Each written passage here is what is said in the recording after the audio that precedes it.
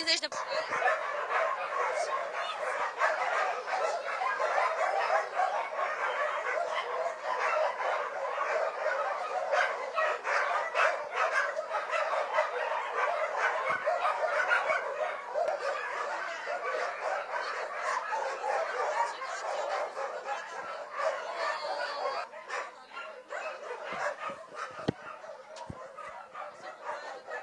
Da.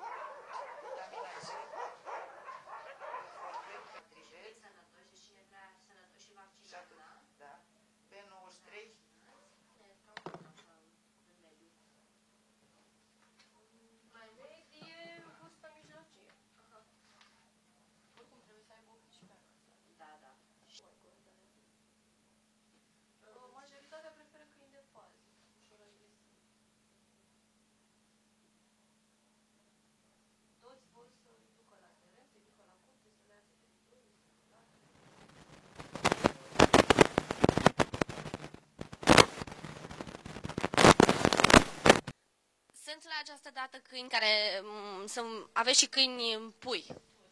Vedeți că și eu mă prostesc. Gata. Aveți la această dată...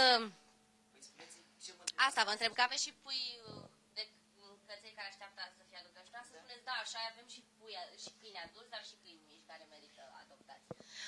Cum merg adopțiile? Merg bine, rău, cine nu poate efectiv să adopte, poate să adopte la siguranță, dar mai varianta de acolo.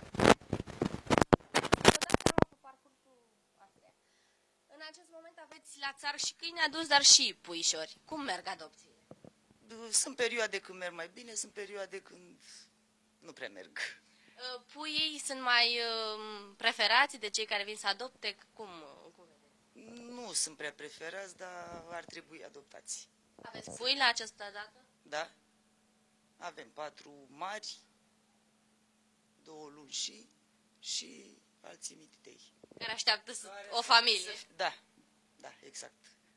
Sunt giurgiuveni inimoși, vă ajută cu hrană, adoptă la distanță? Nu, deocamdată nu. Și chiar facem un apel la populație, cine poate, cu hrană uscată, chiar pe perioada iernii, cu haine pentru așternut, ar fi binevenite.